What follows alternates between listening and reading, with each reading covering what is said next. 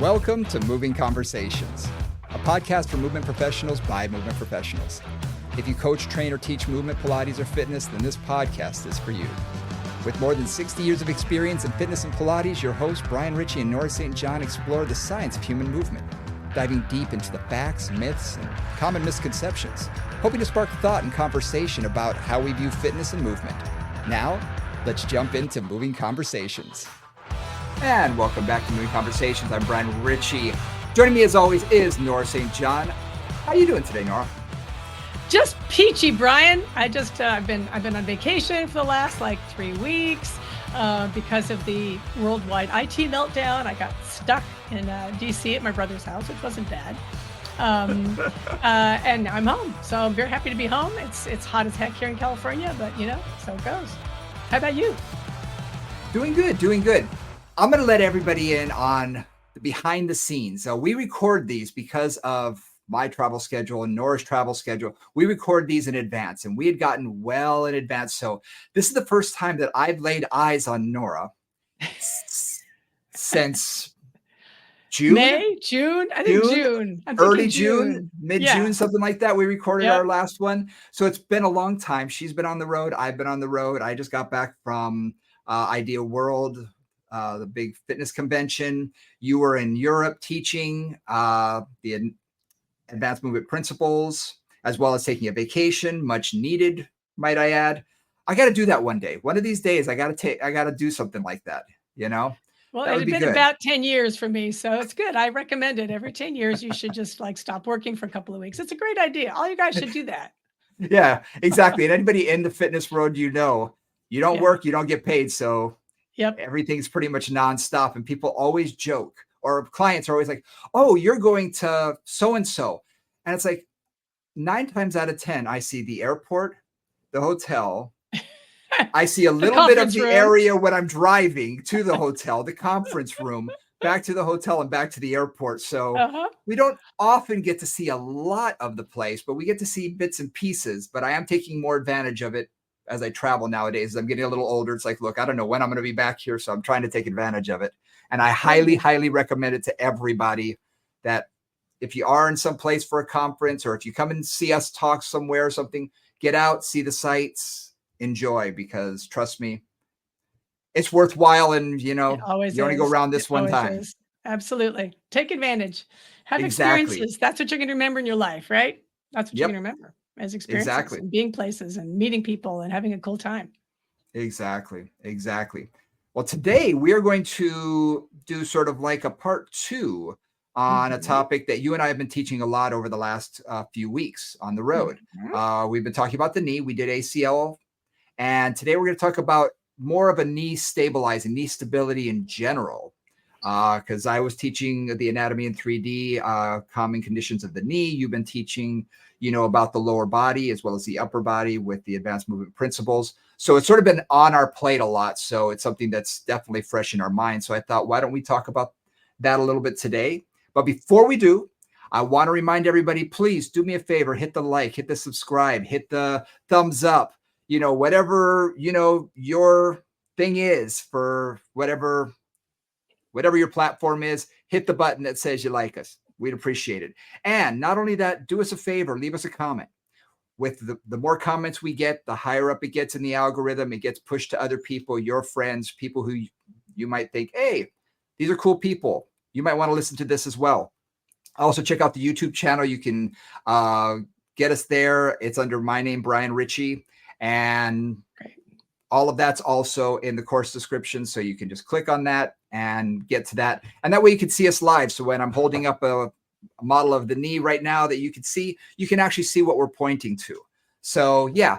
And if English isn't your first language, YouTube, you can also do closed captions, whatever your language is. And Brian and I both do a lot of work around the world. So that's another thing about the YouTube channel is you can do it in Spanish, you can do it in Korean, whatever your language is, you can actually listen to us relatively accurately, depending.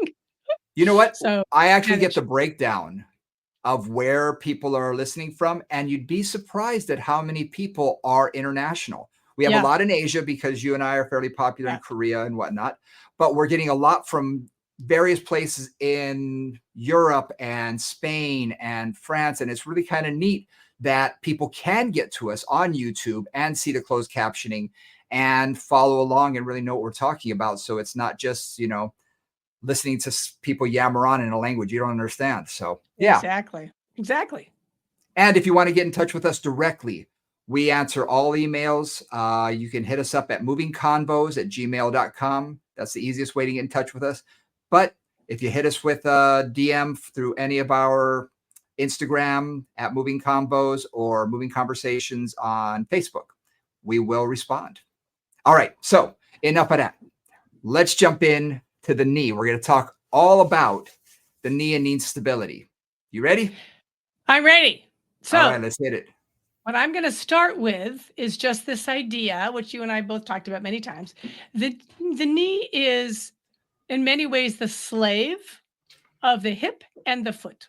Yes. So when we talk about knee stability, we can think locally, but we've got to look globally. We've got to look up the chain. We've got to look down the chain, because a weak hip will decrease knee stability.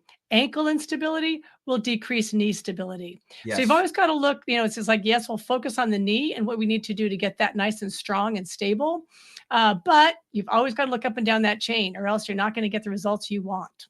And what's interesting is you have these two philosophies in fitness, whether it be Pilates or in general fitness.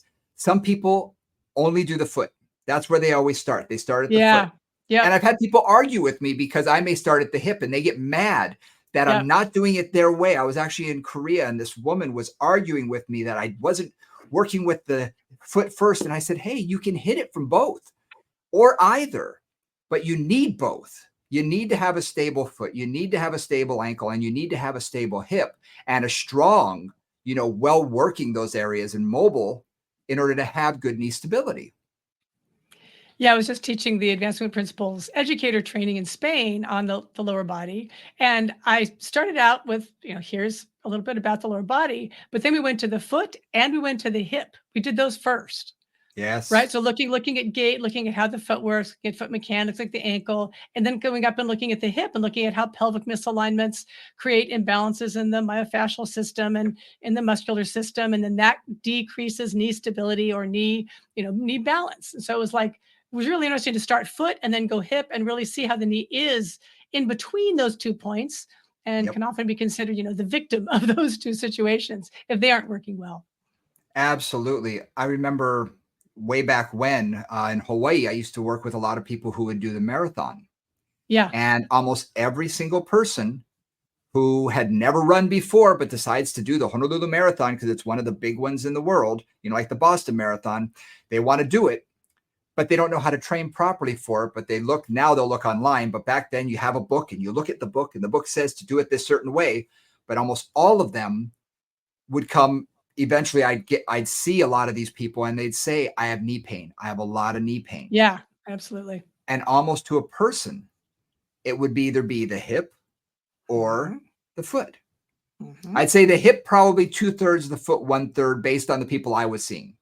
And it was probably a combination. So I worked with both of those.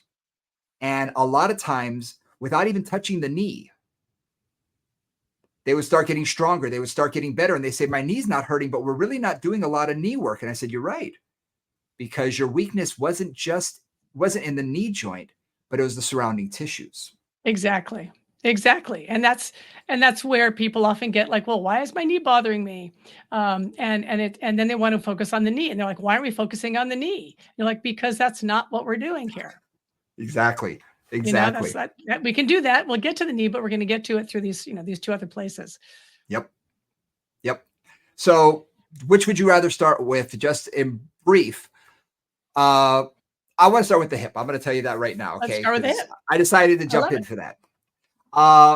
One of the things that I've been telling people for years, in my mind, the gluteus medius is one of the primary stabilizers of the knee. Yep. And when I tell people that, they all say, well, but it's not connected. How is it? And I said, no, if that's not strong, your knee, your femur will internally rotate. You're going to put too much pressure on the medial aspect of the knee. You're going to have nothing but knee issues. It is a primary stabilizer of that knee. And again, I get into arguments with people, but again, as soon as I start working with them on their hip, strengthening the gluteus medius, my gosh, their knee pain starts to diminish quite a bit and quite quickly. Yeah. It's one of those things where when I'm watching somebody move and I'm kind of trying to see what they're doing, one test, and this is from Pilates repertoire, but you can use it too.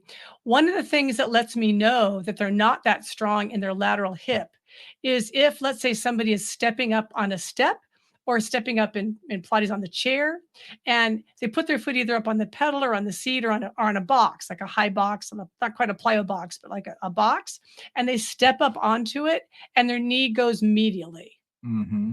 right? Like that usually tells me that there's not enough hip stability laterally to be able to have that knee track straight and maintain the balance around that knee when they're loading it upstairs or loading it downstairs or they're, stepping up a curb. That's when I know that there's some weakness in that lateral hip. I mean, that's one sign that I use.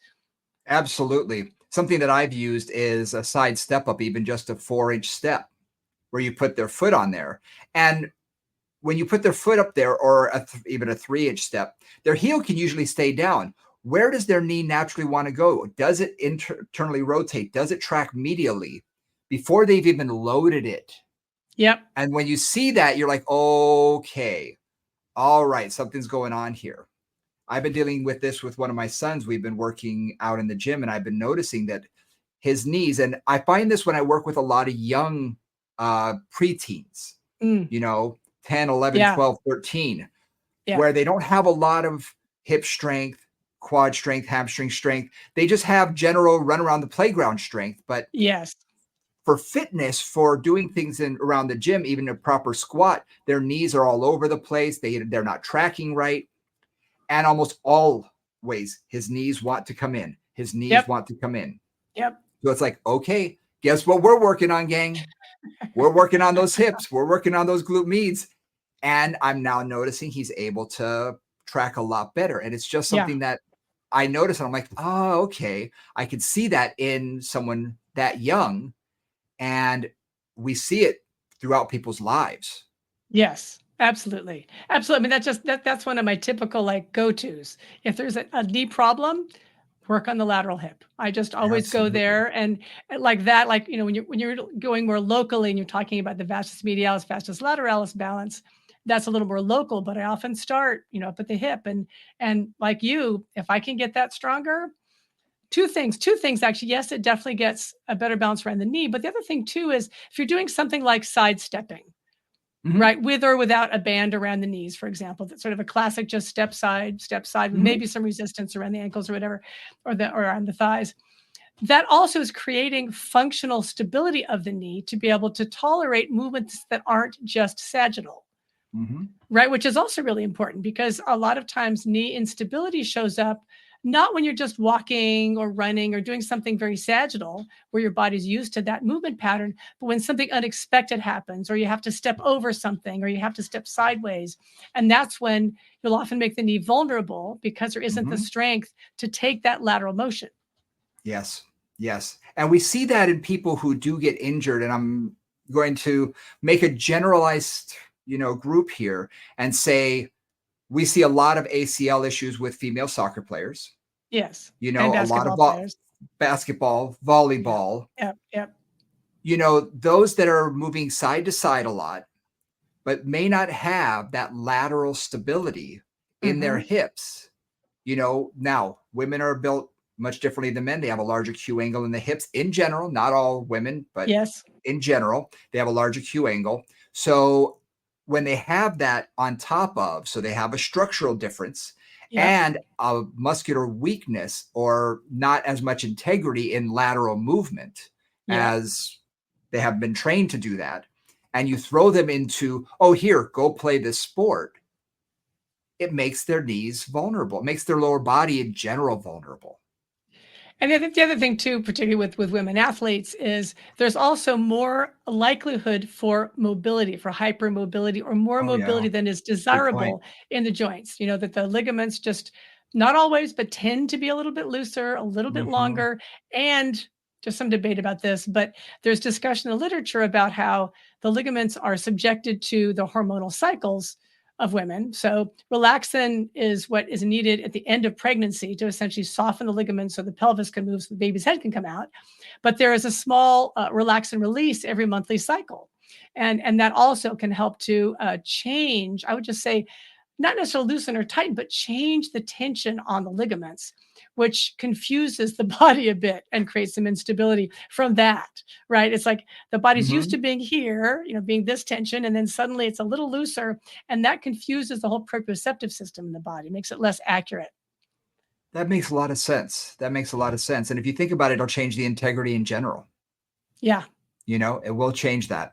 And like I say, we see this. And I've worked with a number of young women who have come to me in their 20s and 30s. And if they've ever played sports, almost all of them have had a knee injury of some kind or a knee surgery. Yep. And a lot of that can come from this. And I've read some literature that's actually said you want to prevent ACL tears. You need to work their lateral hip. Yep. And now, look, we all know you cannot prevent all knee injuries. There's no No, way. something's going to happen. I mean, your Some foot's going to get things stuck. happen. You're running Bingo. fast and your foot sticks and you rotate and You rotate. trouble, right? Trouble. Exactly. Yeah. But much like for balance, if you have strength, the chances of you recovering safely from a Yeah. position where you are rotated or you're falling or you're moving in a way that maybe the knee wasn't designed to do or doesn't move well in that direction, to be able to come back from that when you're strong in your lateral hip and the muscles connected to it, you have a much greater chance of not getting injured in those situations. You just have a greater chance of not. Not that it's not going to happen. It can, but that recovery period, much like with balance, someone who's stronger, who has a quick step, as they feel like they're off balance, their body can recover quickly. Same thing. Well, the other way to think about stability is because oftentimes we think about stability as being staying in one position, Oh yeah. right? And when you think about knee stability, if you ever watch, and this was really just a wonderful revelation for me, if you ever look at basic sports photography, right? Just like look at the sporting page, any action shots that people are in, or go to the web and look at like action shots of football or soccer or tennis, and you see the position of the knee. Like it Mm, is not straight in line right over that toe. Most of the time, it's doing something funky. It's over to the side. It's medially rotated. It's something's going on because that's the nature of fast moving reactive movement. Is that knee could end up in a lot of places. So a lot of times when we talk about knee stability, and you just mentioned it here, but I just want to bring it up a little bit more, is that ability of it to go out of position and back mhm. into position without causing damage. And Right. that's where the strength comes in, right? If you've got Yep. the strength and you've got the resilience and you've got the mobility, that's when you can take that sudden lunge to the right with your knee way over your toe because you're trying to hit a ball and come back from it. Your knee's like, yeah, no problem, I got this, right? Because there's Yep. strength around it. Yep. Absolutely. Absolutely. And any way you decide to train the lateral hip, whether it be open Yep. chain with the things like I have the 7-way hip or sideline leg raises or clamshells or any of those type of things are great to start with.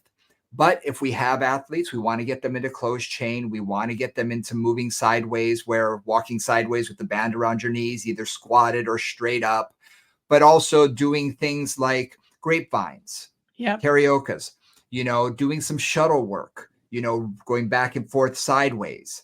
I have people skip sideways, where Uh-huh. they're actually Yeah. leaping a little bit. So they Yep. have to land and catch themselves and then leap again and land and catch themselves over and over again.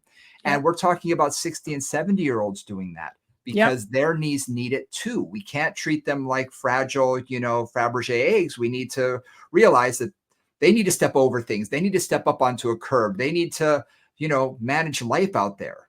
And maintain their agility. Right, Yes. because if they don't respond quickly, if they respond slowly to a sudden, change in surface or snow or tripping over something, that can lead to a fall, that can lead to a break. Like that's just not a good thing. Yep. So, yeah, no, my older clients, like I always have them do sidestepping and I have them do variations on grapevine. And grapevine can be hard when they start. Oh, they get really tripped up. And I just have to take a moment and like, okay, we're just going to go step, front, step, back, change direction, step, front, step, back, take it really slow. And then we slowly build it up till they've got some more comfort with it. I had a client do it for the first time on Monday morning, 2 days ago. And we were out in the hallway and I said, here, I want you to do this. And it didn't dawn on me that I hadn't done it before with this one client. And she looked at me and I, went into it real quick. And I said, I want you to do this. And she's my age. She's not that old. She's in her mid 50s. And the look on her face was like, hang on. It's like I gave her this very extensive choreography. Yeah. And she stepped over her one foot and she stepped back. And as she stepped behind, she goes, wow, this is harder than I thought.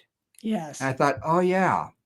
We take it for granted because I've been teaching group exercise classes we've been working for on that so many forever. years. Right. Yeah. And it's been just part of our movement repertoire because we know it's important. I mean, forever. Right. Exactly. And in sports, something that people don't realize, if you ever go to a baseball game early and watch batting practice, you'll see the outfielders doing grapevines in the outfield. Yes. All the way from one side of the from field one wall to the other. all the way to the other. And they have to, because they have a lot of ground to cover. If you've ever been to a Major League Baseball field, you can see one guy standing in this giant area that they have to cover for a pop flyer to catch a ball. Yeah. They've got to be able to move forward, back, side, all of these different directions, and to be able to do so quickly. And while they're athletic, they still need to warm this area up. They still need to get it moving. They still need to remind the muscles, oh, here's what we need you to do. Absolutely. So it is important. It's a great exercise. It's a great exercise to do. So working that lateral hip, so important in so many different ways that you can do it. I mean, in the Pilates repertoire, I love using the reformer or the Coraline, for pushing out, while standing on either the carriage or on the carts on the Coraline. Or on the floor. Yeah, exactly. All the ways to just kind of make that even easier. One of the things I like to say with the lateral hip is this is just from doing Pilates for a really long time, right? One of the key things in Pilates is all the side lying open chain leg work, right? With the top leg, just leg lifts and kicks front and back and circles and all those kind of things. And I was working with a client and they'd been doing those for quite some time. And I really hadn't seen a change in terms of their actual functional standing stability. So I said, okay, let's work on this closed chain. And it made a huge difference. So, I'm okay with like clamshells and all that stuff, but I always want to make sure I am doing some work closed chain because I really feel like that translates better to the functional kind of stability that I want from the hip and the knee. Yeah. And so just, don't forget closed chain on that. It's really important. And that can be as simple as standing on one leg and moving the other leg and like forward and back, side to side, making little circles with the other leg. So that one's being open chain, but it's the closed chain leg that's working, right? To manage all the different angles of that other leg. That's and how many times have you, or whatever. Yeah. How many times have you had someone do that? Stand on that one leg and you're doing a side and you're kicking out to the side and you're kicking back and you're kicking forward. And they say, well, the leg that's moving, that's easy. But the other one is burning like crazy. Exactly. So exactly. That's the one we're working. That other leg is just moving your center of gravity around a little bit is all I'm trying to do. Yep. It's that standing leg that we're really focusing on. And that's something you can give all your clients. You can give anybody. You can give your mom to do while holding onto the kitchen counter. Exactly. Just swing that leg front and back, inside and outside, make little circles with it. Yeah. And form is, isn't that important there. So it's like if they're doing it funky, it doesn't really matter that much. They are, because what you're also trying to do there is create stability of the lateral hip, whether the hip is flexed, whether it's neutral or whether it's extended. Because if you just think about walking or running, that hip needs to have stability in all of those positions, right? As that leg swings from the back through stance to the front, like you've got to have stability and support through that lateral hip through all that motion. So, so whatever they're doing is going to be helpful there. Another thing that I want to throw out there that I use for any client over the age of 45, 50 is stepping not only sideways, but up and over an object. Yep. I do that all the time. I was in a class out at World. I decided to sit in on a colleague's class And he says it's called stepping over the dog. And I said, brilliant. Yeah, exactly. Brilliant. Because I do that all the time. I've got a big golden retriever. And where does he want to be? Right under my feet while I'm cooking dinner. And so you have to be able to step at weird angles. It's not exactly perfectly sideways. Nope. It's sometimes at a weird angle. And when he said that, I said, I love that. I'm stealing that. That is such a good description. But when I have clients do that, you'd be surprised at the fear. And what I do is I take a band, you know, those flat bands, and I put it on the ground and I fold it in half. So how thick is that? We're talking about less than half a millimeter. Exactly. Nothing. And I say, I want you to step over that. And they look down at it like I'm asking them to do a 2-foot hurdle. Right. Yes. And then I'll put a tube, and a tube is maybe half an inch. Yeah. And the same thing. They get very jittery lifting their foot up and over. If they go sideways, they like to shuffle, slide it. Exactly. But by lifting up and over, as I lift that leg, I have to balance on one side. Now I'm propelling myself using that standing leg. I'm stepping out to the side. Then I have to land using the leg that I'm landing on. That hip is catching me. We're talking about a ton of hip work that's almost incidental for young people. But for older people, over 40, over 50, it can really be a game changer in the way that they move. Yeah, absolutely. Absolutely. Yeah, and I do. So taking that up a step, like I'll have them on a moon box, a Pilates moon box. I'll have them, you know, so the moon box is facing, short side is facing to them or whatever, the side, and they step up on one foot and then they step the other foot onto it and they step that foot down. So they're going to go up, up, down, down, up, down, down, up, down, sideways. And then I'll have them kind of start to actually take it quicker. So they're kind of like almost just barely touching it, like touching down in the top and just going back and forth, just to start to get the agility going too. Because I love the dog idea. I call it stepping over the dog as well. Or depending on the age of your children, stepping over the Legos on the floor, because there's always something on the floor that you know is going to hurt if you step on it, and you suddenly see it and got to like, right. Or if you've got a small dog, it's almost worse because at least big dogs kind of don't get you. Little dogs just like run right under your feet. You don't want to kick them. So there you go. Yeah, exactly. Exactly. No, I do a similar thing with the side step. I call them side step up and over. Yeah. Because I have a regular Reebok step. Okay. One of the old fashioned ones. I've had it for at least the last 20 years. Yep. And what I do is I'll say, okay, now put your feet up next to it sideways. You're facing sideways. Step up on top of it. What do they naturally want to do? They take the foot closest, barely step on top of it. And then when they step up, there's no room for their other foot. Right. So now I say you have to take a bigger step. Oh, okay. They take a bigger step and they come up. Then when they put a foot down, it's right next to it. I said, where are you going to put your other foot? And they're like, oh. So now they have to step a lot farther with each step up and over. So they're not staying so close. And it's taking them a little out of their comfort zone of widening their stride a little bit laterally. Nice. Which, again, is just something that they don't do on a regular basis. Yeah. You know, but they need to have it in their repertoire because you're going to need it down the road. You're going to need to use it. Well, you just don't know when something's going to require you to step sideways. Life is not perfectly sagittal at all. Right. So that was great. There's a lot of things in there, guys. Yeah, a lot of stuff in there. There's a whole lot of practical bits in terms of working that lateral hip, which again is critical for this. Let's take it a little bit down to the foot and the ankle. Okay. Just to shake it up a little bit. One of the other things too that I see a lot and I work on a lot is that ankle stability, medial and lateral. Because again, most people are decently strong in dorsiflexion and plantar flexion, the sagittal chain on their ankle. But oftentimes, I've had clients who literally can't move their ankles into kind of eversion and inversion or pronation and supination. When you talk about that, like they literally have no mobility in one range. And it's not that they don't have the mobility, it's that they don't know how to use it. Like I can move their foot there, but they can't move their foot there with their muscles because they just don't know how to do it. Working on, and super simple. A lot of times I'll have people do this even seated in a chair or seated on a trap table. So it's kind of higher and their feet are free, just pointing and flexing, and then pulling the toes back and then rolling the feet in and out. So dorsiflexion and a little bit of in and out, or plantar flexion, a little bit in and out. No resistance. They don't need a band. They don't need anything. They just need to work some of those ranges of motion that they're not familiar with. And that's another really nice way to get some medial and lateral stability at the ankle, so that that ankle can then take some of that unexpected step or stress or surface, and that force will not necessarily immediately transfer up to the knee because the ankle kind of gives way. Yeah. Yep. We talked about this when we talked about the ankles, sprained ankles and whatnot. I love alphabets where you're just using your ankle and drawing the alphabet. Also, to go back with what you were just saying, for just sitting, I'll have people sit at their desk and literally take their foot flat and then tap in and out, and out, like they're going up and over something.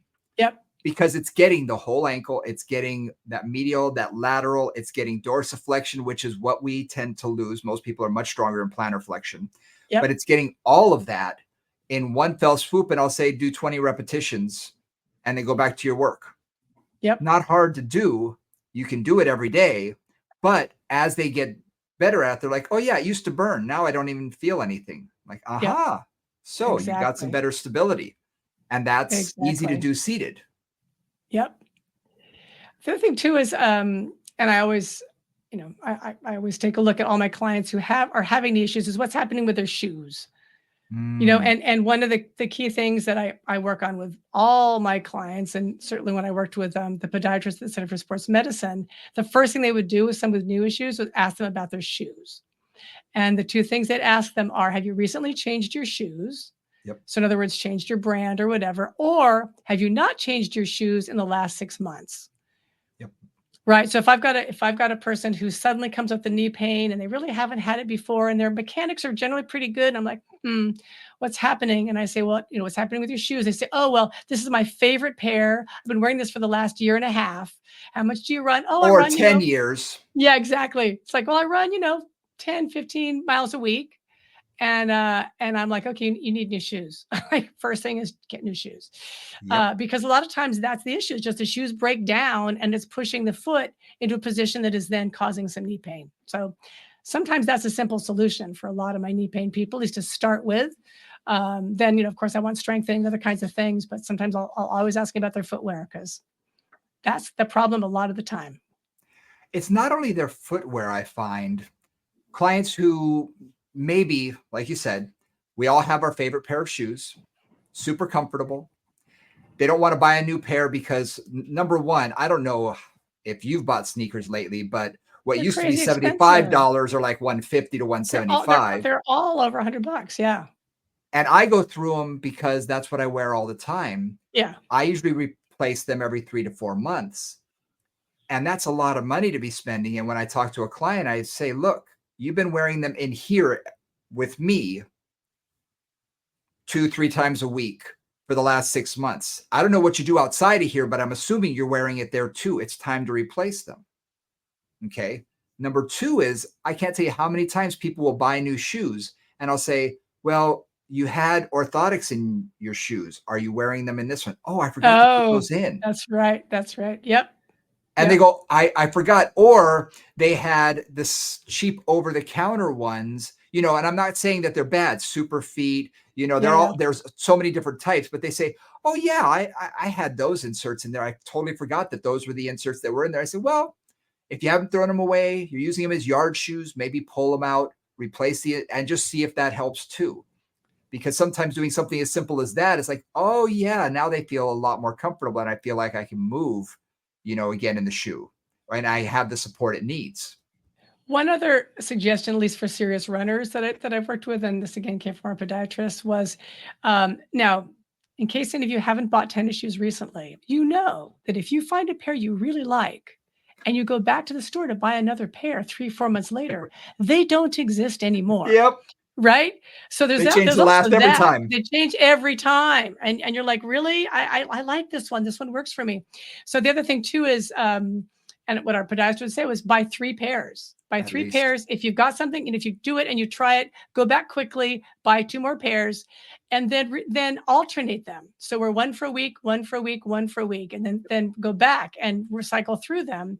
Especially if you run a lot or are very active that way, because that means that the breakdown is going to be much more gradual on the shoes. Yeah, so those are crazy tricks, but they can be pretty darn helpful, especially for your serious runners or my people who Yep. suddenly decide they're going to do team and training, or they're going to do a marathon, or they're going to do something where they really are suddenly increasing their mileage a lot. They Yep. really need to think about that as they go. So things, Yeah. little tips and pointers there. Absolutely. No, those are great. Those are great. I've done that in the past where I will have 2 pair and I'll exchange every other day. And what I found is instead of needing to replace it after 3 or 4 months, I'll get a year out of 2. Right, So exactly. I'll get 6 months out of it instead of 3 to 4. Yep. So you're wearing one for a day, but then that springiness and everything can recover a little bit more Yep. over the next day, rather than I'm putting them right back on. And at 190 pounds, I'm on my feet all day. That's going to be quite a bit of breakdown, even if I'm not running, but I do Yep. cardio and I'm doing this and I'm working out. There's a lot more breakdown. Yeah, and you're So standing. Yeah. yeah, So those are some things. Now that still is, we talked a little bit about the feet, but I've just spent a few days with a foot expert, my friend Nancy Myers. So I'm kind of all into feet at the moment. But the other thing too is really to work on particularly ankle strengthening and foot strengthening as well. If there's really a knee problem, much like the hip, I've had more than one client where I really work on, for example, dorsiflexion.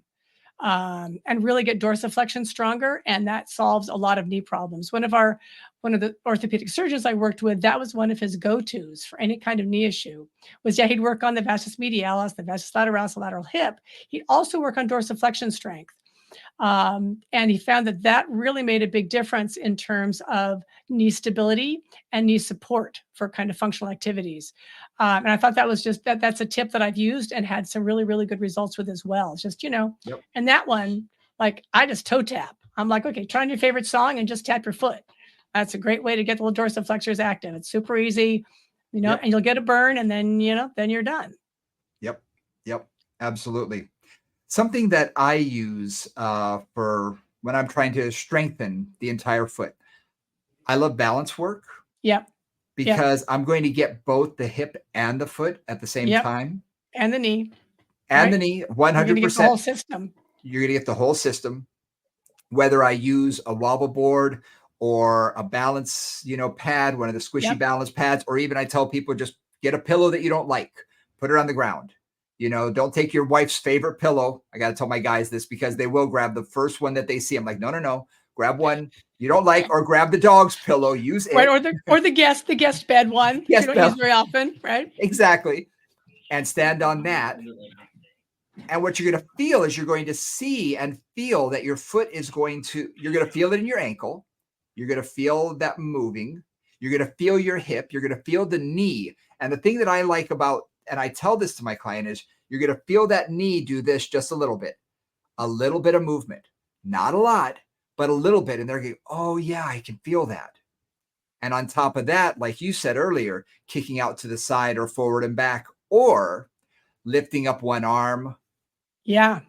And going back to our thing with Looking Erica, to one side or the other. Yeah. Right? Yeah.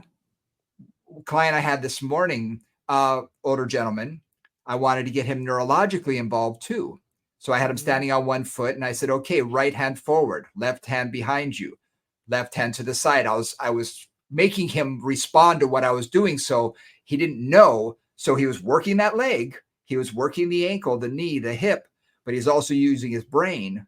And afterwards he was exhausted. We only did that for about 2 minutes. And he's like, wow, that was tough. I was like, yeah, good. So I got everything involved. Yeah. But again, absolutely. Working that whole lower body, and it was all about stability. And the thing I've been playing with the most with that exercise also is pitching forward from the hip and back. Yep. Exactly. A little bit of a hinge hip, not much, 20 degrees, just a little bit forward and a little bit back, that dunking bird. You don't have to go very far. But as you do that, what happens is you light up all those ankle stabilizers, because as you go forward, everything's like, oh my gosh, what's going on here? And then you lift an arm or you try and turn the body a little bit, and now everything is working. It's great. You also get with that different angles, like we talked about the hip, right? As soon as you tip forward, Yeah. you're using different stabilizers in really the whole leg, right? At Yep. least different angles of the glute med and that kind of thing. So you're really getting some different pieces that are part of that stability system. Yep. Nice. So unstable surfaces of whatever kind, and you can start super simple with that, right? Yep. I mean, that can ramp up as far as you want to go, but just a little bit of a bounce pad, something really flat and kind of just slightly squishy, some slightly unstable. All those things are great places to start. Now, one thing I'm going to make mention is we talked about the muscular system. We talked about Yeah. the muscles that add for stability. The thing Yes. we haven't really mentioned is the ligament structures. And there's something that we can't. It's not like I could say, oh, make your ligament stronger. I'm Yeah. not going to be telling Yeah. you to go and eat this or drink that. No. I'm not talking that. But we have to remind ourselves that if you have a client with a knee issue, they're probably going to feel much stronger or more stable in a straight-legged position. Right. Because that's when our ligaments are taut. As soon as we bend our knee, a lot of those ligament structures go a little bit slack, especially the collateral ligaments on the outside. And even as we bend it, part of the ACL, becomes the anterior portion becomes a little more slack. The posterior begins to stretch a little bit more. So it's just something to think about, that if you do it with a straight leg, a balance activity, you're probably going to be in a position where they're not going to have much discomfort. Whereas if you put them in a partial squat position for balance, Much you're harder probably on them. going to be much more difficult and require more muscular strength of the quad and all of that as well. So that's a little bit more advanced. Yeah, you're also going to load the knee more. Just as soon as you bend the knee, the load goes way up on the knee generally too. Exactly. So if you have patellofemoral syndrome, that can definitely get active with that. So I usually mention to people, try and keep the knee straight, even on something like an open chain straight leg raise, because as soon as you bend that knee, suddenly that knee is no longer necessarily stable or as stable. So I try and make sure people lock that knee out or straighten it as much as they can when they're doing that, because it creates a greater stability at that end, so they can focus more on the quadriceps as they're lifting the leg rather than just the hip flexor. Nice. And again, that's progressive, right? So if you start with that, you start with straight leg, you start with maybe they're holding on to something when they first do that, and then they take a hand away, and then you add the leg movement or the upper body movement or even the head moving right and left. All those are balance challenges. And then you maybe increase the instability of the surface they're on. Like, there's sort of an infinite progression of balance work, from just standing on a flat surface, which for a lot of people is enough of a challenge, to standing on, a tiny bit of instability, more up to wobble boards and crazy things like that. And you just, you grade it where the client can tolerate it. Balance is a learned skill. Balance is it includes our proprioceptive system, our vestibular system, so our inner ears, and our visual system. And all of those need to work together to create balance. And so there is a myofascial component, but a lot of it is the neurological integration. And that's why you can learn and be better at balance fairly quickly, because a lot of it is neurological integration more than myofascial strength. I mean, there is that too, but really a lot of it is just the neurological patterning working better to coordinate all the bits. Yeah, I was actually talking that specifically with a client this morning. I have a new piece of equipment, which is a platform that's sprung. There's 4 springs that hang down, and you step up on it, and it moves a little bit front to back, left and right. And it's great for balance. It's great for stability and all of that. But one leg was going crazy on him when he first did it. And I said, this is neurologic. The shaky thing. Oh, yeah. And, it would go to one side. His body would overcorrect, and back and forth. And I said, quiet your brain. I gave him things to hold on to. And by the 3rd set, he said, I can do this. And I said, your brain has figured it out. Neurologically, you've calmed the nervous system down so that it's not freaking out. And things are starting to pattern themselves to figure out, oh, okay, here's what we need. I said, next time you get on it, there's going to be a less of a learning curve. But at the beginning of any type of balance, and especially this is an advanced balance piece of equipment, you're going to have that big learning curve for that. And one thing I always say about balance too is if you are training balance for somebody, you really want to be consistent, especially with your older clients, especially their clients. Like younger clients, not so much. I found I can do some balance work stuff with them, and it sticks. Like the next time they do it, they're much better, and that kind of True. sticks. A lot of my older clients, it doesn't stick at all Yep. unless I really do. Definitely every week, and oftentimes I've got to give them homework. So they're doing something. So they're doing something 3 times a week. Doesn't have to be hard, but they've got to kind of keep that learning process going, Yep. and keeping that neurological integration going in terms of training balance, or it just takes them forever to kind of get it together. Yeah. Or they don't quite. They're always coming back to kind of the same starting point if it's once a week or once every couple weeks. Yeah. And when you're talking about trying to get someone to stabilize their knee, especially an older client who needs balance work anyway, it's a good 1-2 punch Yeah. because you're going to get both out of the exercise. Yep. And Yep. you were Yep. the first person to Absolutely. clue me on this 10 years ago or whatever it was when you said, look, you can improve your balance at any age and it doesn't take much time. So you can do 2 or 3 minutes per session with someone and it's going to start making a change, especially if you can have them be consistent at home as well. But it begins to make a change relatively quickly. And I Yeah. found that to be 100% true. And it's an easy thing for me to do with my clients who need knee stability work to say, here's what we're going to do. I want you to stand at the kitchen counter, hold on to the counter lightly, as much as you need, but as little as possible. Stand on one leg, kick the other leg around, or lift one arm up, lift the other arm up, whatever it takes. And I do this with my 30-year-olds, my 40-year-olds, because the leg that has no problem with the knee, they're like, man, this is strong. They go to the other side and they go, yeah, it's Ah. not quite as strong. I'm not quite as stable. I said, exactly. Yep. Yep. So just something to think about. Yeah. And then looking, coming back to kind of the knee itself, right? We've done the bottom, we've done the top, and it's the middle of both those systems, the hip and the ankle and the foot. Yep. But there's also, just working at the knee and working on, I'm kind of a big fan of balanced quadriceps strength and quad and hamstring Yes. co-contraction, so I found, and this is true when they do studies as well, that clients can be quad dominant or hamstring dominant, or they can use really both when they do something like a squat. Yep. And sometimes I'll just test them and I'll just feel their hamstrings.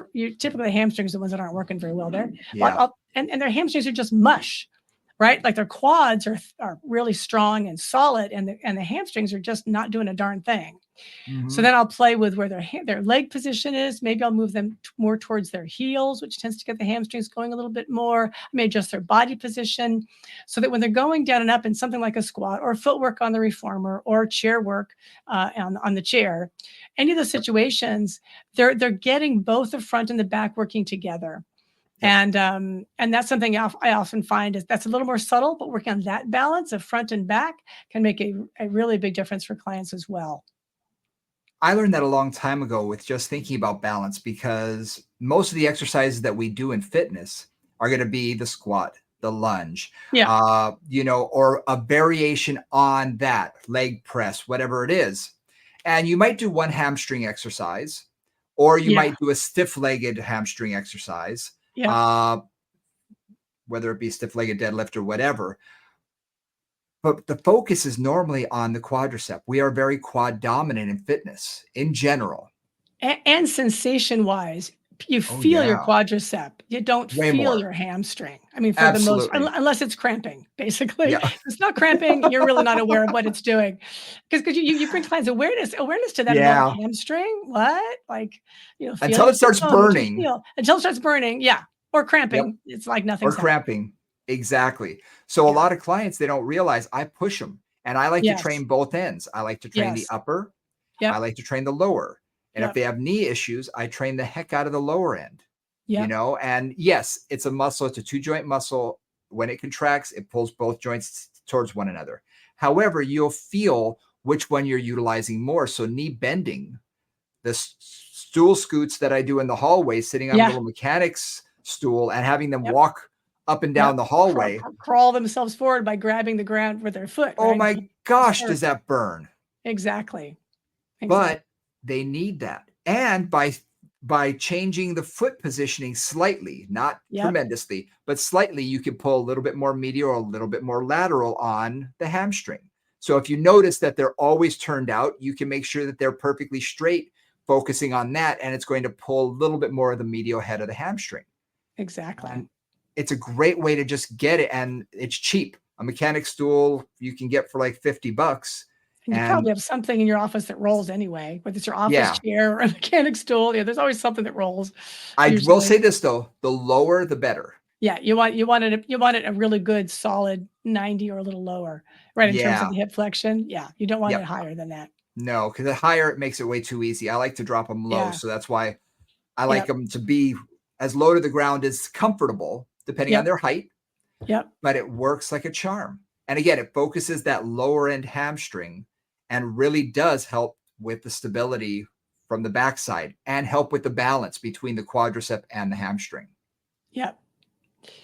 Yeah, so that's I mean, again, that's another piece. So again, I think hip and ankle are often the most effective thing for me, like, Yep. honestly, in terms of just making quick changes and improvements in terms of knee stability and decreasing knee pain. Yep. But this those next little subtle levels. And again, that's for like with a squat or with footwork or a lunge, anything where you're going into those bent knee positions. I find, you can just subtly shift the weight. If I'm shifting my weight forward towards the ball of my foot, towards my knee, my quad will light up like mad. If I really keep myself back, like I'm doing a lunge, but I'm really keeping my back like upright, I'm not leaning into it at all, that will Yep. often get a little more of the glute and the hamstring. So it's just Yep. like playing with that balance as well can be super, super helpful. So hip, ankle, knee, all those pieces together to really get the knee stability going, because that'll keep people happy and healthy for a long time. Knee injuries are super, super, super common. Yep. And something to keep in mind is your cueing. If you're Yeah. working with a client, your cueing is so important. I learned this with wall squats, where they literally just lean against the wall and go into a squat position and hold. Well, most people will want to push their feet out away from them, and that's all quadricep. Yeah, exactly. So I will tell them, I want you to push straight down through your heels. Or Yep. I want you to feel like you're almost pushing down through your heels and almost pulling it toward the wall a Yep. little bit. And man, the hamstrings just go whoop. It Light up. totally, totally changes that connection. It does. And they can last longer, but not only that, but everything's getting it. It's not so Yeah. quad focused. Yep. So your Absolutely. cueing is Yep. vitally important on getting their hamstrings firing to get that balance between the two. So just Yep. keep that in mind. Bringing And their changing awareness it. into it. Yes. I will change it. Sometimes I'll say, now I want you to push through the toes a little bit. They'll go, oh, that feels different. And then Hmm. 2 or 3 repetitions, now push through the heels. How does that feel? How does that change the way it feels? And they say, oh, okay, I'm feeling more of this. Make them become a little more proprioceptive within their own body so they're not just going through the motions, Yeah. So it wakes their brain up too as to, oh, I feel it more this way, because it also gives them ownership. If you can give them ownership the next time they do the exercise, and I've had clients tell me this, heels right, push through heels right. Yeah. I'm Yeah. like, Yeah. yeah, you That's what we're got it. looking at. You got it. So yeah. Well, this Well, was a really very practical session. I've got a yeah. lot of suggestions for you you guys out there. A lot of different ways to work with lateral hip, to work with the ankle and the foot, and even then to work with a balance around the knee. So lots of things to play with in terms of seeing what works for your client, seeing what Mhm. really brings them the most relief if there's a knee issue going on. Yeah, there's a lot. There's a lot in there. A lot of toys to play with. And a good place for people to start when a client comes to you. Yeah. Nora and I have, up 10 years of experience working with the knee that we can pretty much take a look at and know roughly where we want to head with someone who might have some knee issues or knee pain. Whereas if you don't, these can give you a lot of practical Yeah. tidbits here and there of where you may want to start to see if you can help with that client, and put them on the right path. So, like I say, practical, or if you yourself have knee pain and haven't been thinking about, changing things up in your training, except for what's number one, oh, let's not work our lower body anymore. No, let's just change how we're doing things. So this gives you a lot of practical information that hopefully will help you out and hopefully give you greater knee stability and reduce some of that discomfort. Exactly, because knee stability, and don't just think of this as in fact, don't think of this as rehab. No, Think of this as what's necessary for most people's knees to be happy for life, right? 100%.